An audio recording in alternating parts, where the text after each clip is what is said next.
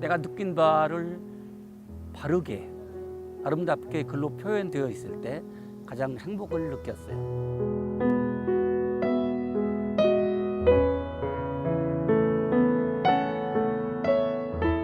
내면의 작은 이야기에도 귀 기울이고 표현하며 자신만의 색을 만들어간 작가 박권하.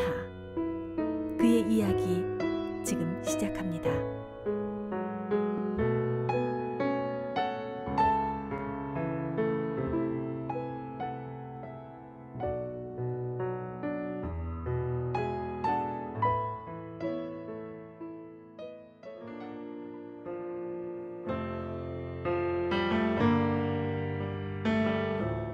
오늘도 작가의 손에 들린 책.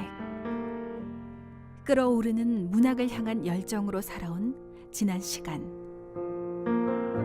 작가와 동행하며 책은 언제나 그의 곁을 묵묵히 지켜주었습니다. 문학은 내 삶에 있어서 상당히 많은 부분을 차지하고 또 젊을 때 문학에 대한 그 호기심이 대단히 많이 있었어요.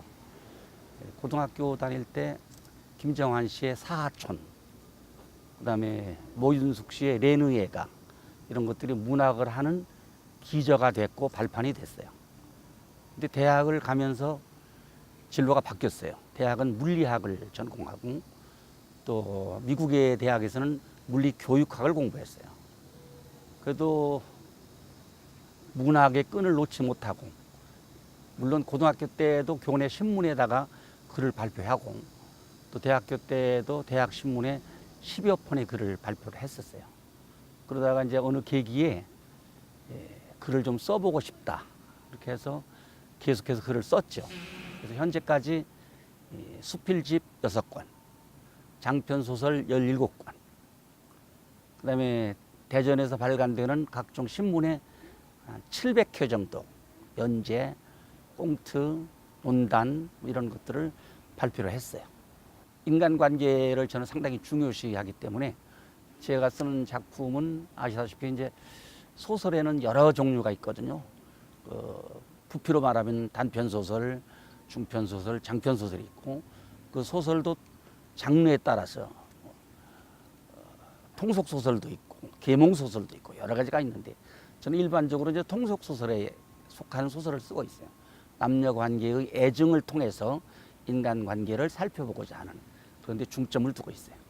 제 소설은 거의가 다 인간관계에서 신의, 믿음, 약속 이런 것들을 중시하는 쪽으로 소설을 쓰고 있어요. 그래서 이번 책은 남녀관계에서 약속이 얼마나 중요한가를 나타낸 것이다. 또 이번 소설은 남녀관계에서 발전이 어느 정도까지 가야 된다. 이런 것들을 이제 보통 이야기하는 거죠. 문학과는 먼 다른 길을 가면서도 차마 놓을 수 없었던 문학을 향한 열망. 그 열망은 작가의 영혼을 움직여 또 다른 문학의 길로 안내했습니다. 제가 사실은 대학교 때부터 여행을 대단히 좋아했어요. 그래서 방학 때는 거의 여행을 가서 국내 여행을, 그리고 사회인이 돼서는 외국 여행을 갔었는데 지금까지 170개국 정도를 다녔어요. 세계 여행을. 그 여행기에서 얻은 영감이 소설의 기초가 된 거죠. 보통 제 소설은 거의가 다 80% 정도 이상이 여행지에서 일어난 일들을 엮은 거예요. 그래서 영감을 여행지에서 얻고, 심지어는 이집트 같은 데는 장편소설을 쓰기 위해서 2번을 같은 지역을 갔었어요. 그렇게 해서 여행지에서 많이 영감을 얻고 있어요.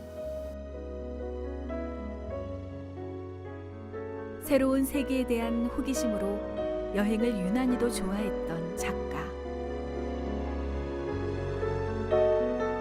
여행은 작가에게 신비롭고 새로운 영감으로 다가와 주었습니다.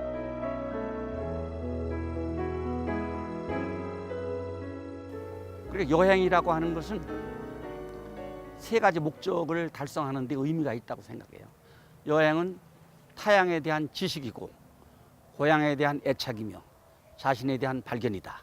이게 인도의 철학가 브하그완이라는 사람이 한 이야기예요. 근데 사실 그 사람이 이야기하지 않더라도 여행을 통해서 많은 것들을 느낄 수 있어요. 이게 자신에 대한 발견 혹은 발전을 꾀할 수 있는 거죠. 여행은 왜 가느냐 이렇게 묻는 사람이 간혹 있는데 여행은 여기와 다르기 때문에 가는 거예요.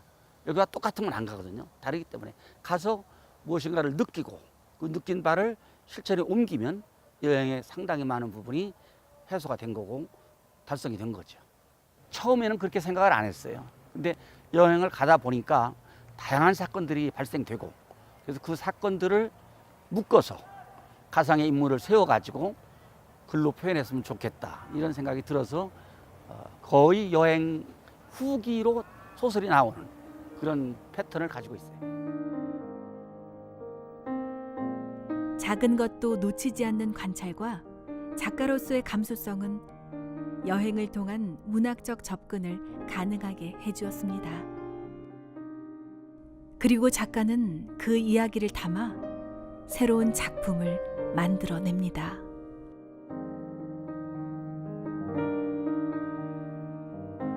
그 소설로서만이 에피소드가 아니라 여러 가지 예를 들어서 소설에도 조금 나오긴 합니다만은 어떤 할머니가 틀니를 놓고 와가지고 호텔에서 그래서 이제 그 다음에 한국으로 보내라고 했더니 틀니만 오고 여행객이 안 온 거예요.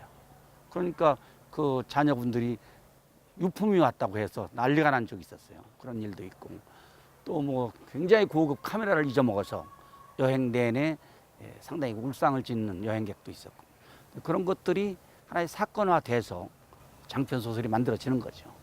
그 장편 소설이든 단편 소설이든 소설에는 인물, 사건, 배경 이 세 가지가 맞아야 되기 때문에 그런 것들을 소설 속에 녹여서 하나의 소설로 이제 만들어지는 거예요. 첫 번에 나간 것이 이제 유경이라고 하는 작품이에요. 책 제목이. 근데 그거는 좀 독특하죠. 유경이 사실은 사람 이름이에요. 거기 나오는 주인공 이름이 신유경. 그 사람을 통해서 인생을 재조명하고. 근데 독자들이 얘기하기를 내 소설은 조금 그 슬픈 쪽으로 간다. 두 사람이 많은 이야기를 나누고 인생에 대해서 토로하고 앞날에 대해서 걱정하고 이런 것들이 결국은 맺어지지 못하고 헤어지는 그런 소설로 제 소설이 많이 어필돼 있어요. 상상의 현실을 녹여 재탄생시킨 작가의 작품에는 누구보다 인간의 내면에 관심이 많았던 작가의 노력으로 사람 냄새가 가득합니다. 스필이라고 하는 것은 있는 그대로를 자기 생각을 가미해서 나타내는 거고 소설은 이제 없는 것을 만드는 거죠. 근데 제가 써보니까 없는 것을 만드는 것은 사실 불가능해요. 제 소설은 다른 분의 소설은 모르겠지만 제 소설은 반 정도는 실화예요. 실화. 그 실화에다가 어떤 사건을 껴붙이는 거예요. 근데 실화가 거기 실제로 나온 사람이 30대라면 제 소설에 40대로 변장을 한다든가 또 그 사람이 손을 잡았다 그러면 제 소설은 더 깊은 관계까지 간다든가 이렇게 소설을 만드는 거죠. 상상의 나래를 펴서 하나의 집어넣는 예술 작품을 만드는 거예요.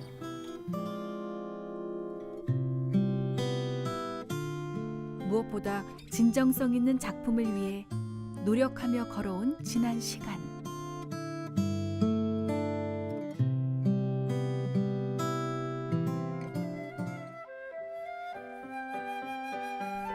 작가의 경험에 상상이 더해져 완성된 작가의 작품 하나하나에는 문학을 향한 열정과 진심이 그대로 녹아들어 있습니다.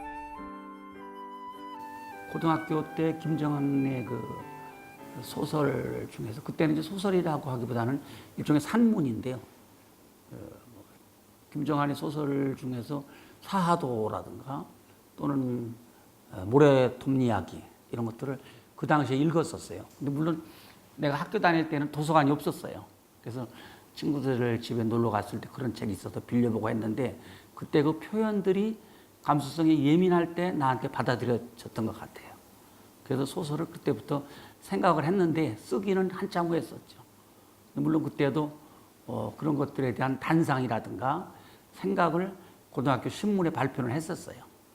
지금 생각하니까 그것이 글을 쓰게 된 동기가 된 것 같아요.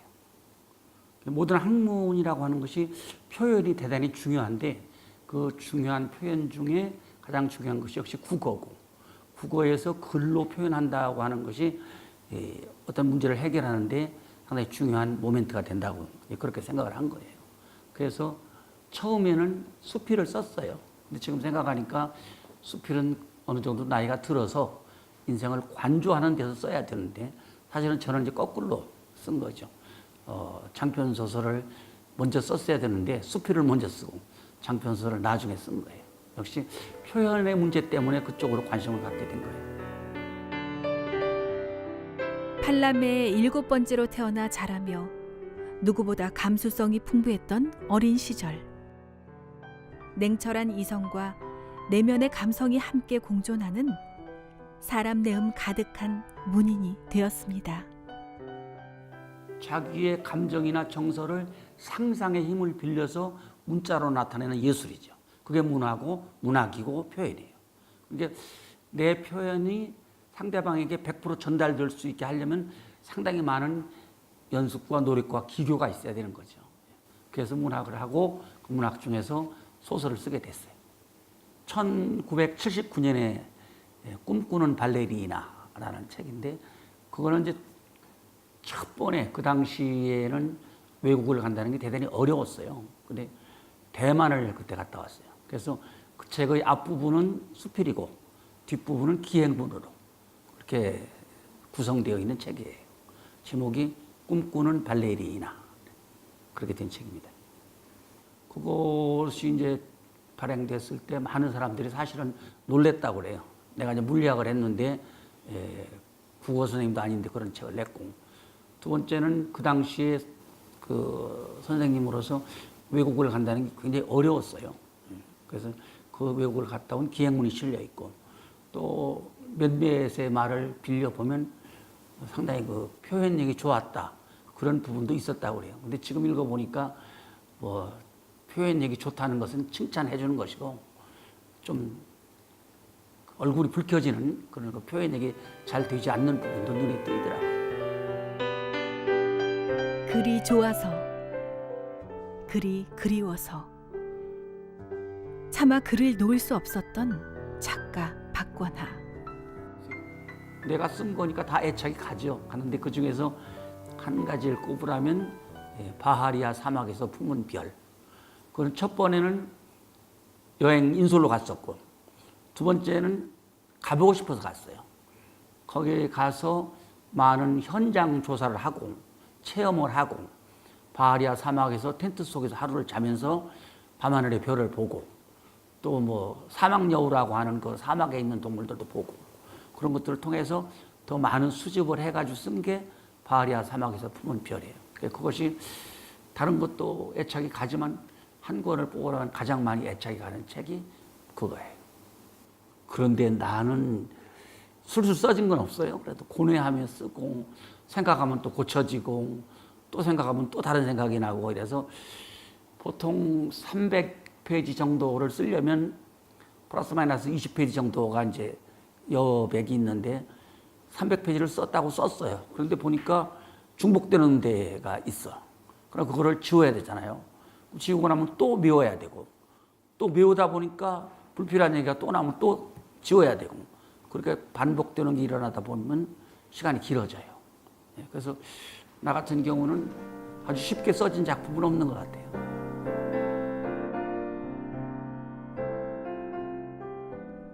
그를 향한 열망이 컸기에 교직에 몸담으면서도 쉽게 놓을 수 없었던 책. 교단 위에서도 작가는 학생들에게 문학을 알리고 그 꿈을 키워주기 위해 많은 노력을 했습니다. 일반적으로 이제 글을 쓰려면 쓰는 사람의 기교에 따라서 독자가 느끼는 방향이 다르죠. 근데 예를 들어서 왕이 죽고 왕비가 죽었다. 이렇게 하면 이거는 사건의 기록이에요. 근데 왕이 죽고 근심하고 염려하는 의미에서 또는 염려하다가 왕비가 죽었다. 그러면 왕비가 죽은 데에 대한 약간의 그 의문이 풀리는 거죠. 그래서 그러한 그 중간 단계를 집어넣는 것이 이제 바로 문학이에요.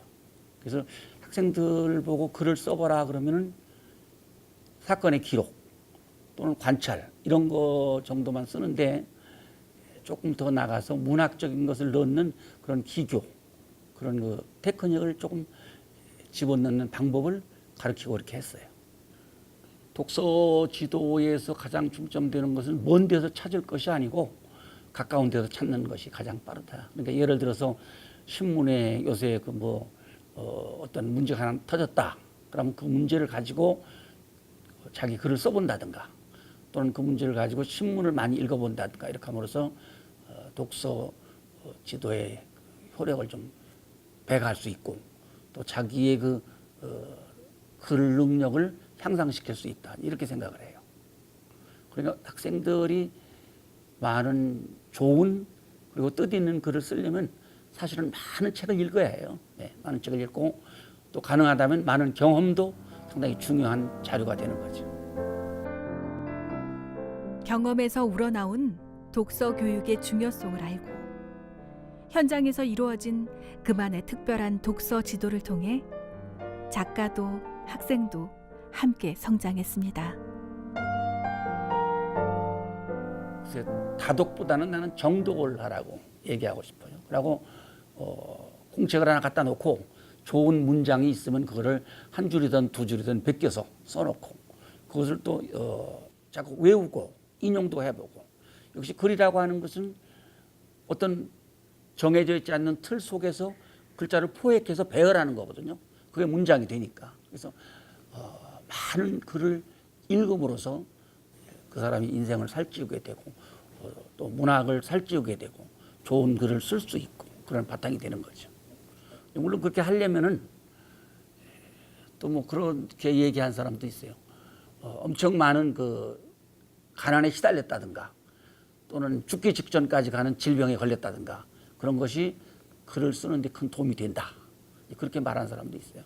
근데 그거는 젊을 때는 좀 그렇고 나이 들면서 이제 그런 것에 부닥치면 좋은 작품이 나오겠죠. 법은 없어요. 없고 그런 말이 있어요. 소설책을 누가 뒤에서부터 읽느냐. 왜냐하면 사건의 전개이기 때문에 소설은 앞에서부터 읽어야 돼요. 수필은 뒤에서부터 읽어도 돼요. 단락단락 있으니까 30편이나 50편 이렇게 찍혀 있으니까 상관없는데 소설은 뒤에서부터 읽으면 안 됩니다. 사건과 배경이 있기 때문에 전개되는 문장이에요. 그래서 소설은 앞에서부터 읽는데 저 같은 경우는 소설은 앞부분이 중요하다고 생각을 해요. 왜냐하면 재밌어야 읽혀요. 재미없으면 아무리 좋은 말도 안 읽혀져요. 그래서 첫 번에는 재미있게 시작하고 가면서 그 소설이 추구하고자 하는 방향을 제시하면서 전개하면 좋은 소설이 된다고 생각해요. 나를 찾아가는 길이에요. 독서를 씀으로써 독서함으로써 또는 독서에 대한 어떤 방향을 잡음으로써 나를 되돌아보고 내가 앞으로 나아갈 길을 찾아보고 내가 살아온 길에 대해서 반성하고 그런 길이라고 생각해요.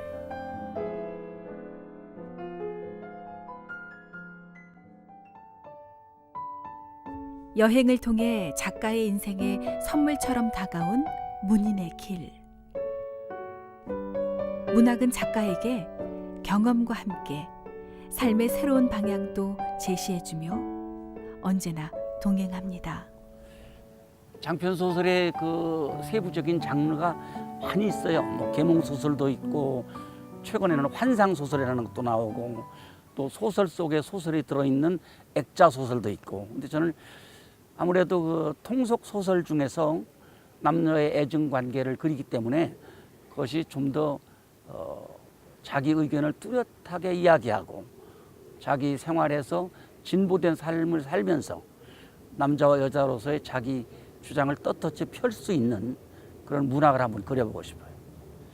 작가의 눈에 보이는 것은 눈에 보이는 것뿐만이 아니라 생각하는 것들이 많이 있으니까 또 전에 보았던 경치, 전에 보았던 사람, 전에 만났던 시간 다 다르기 때문에 새로운 작품이 또 구상되고 또 그것이 만들어질 거예요.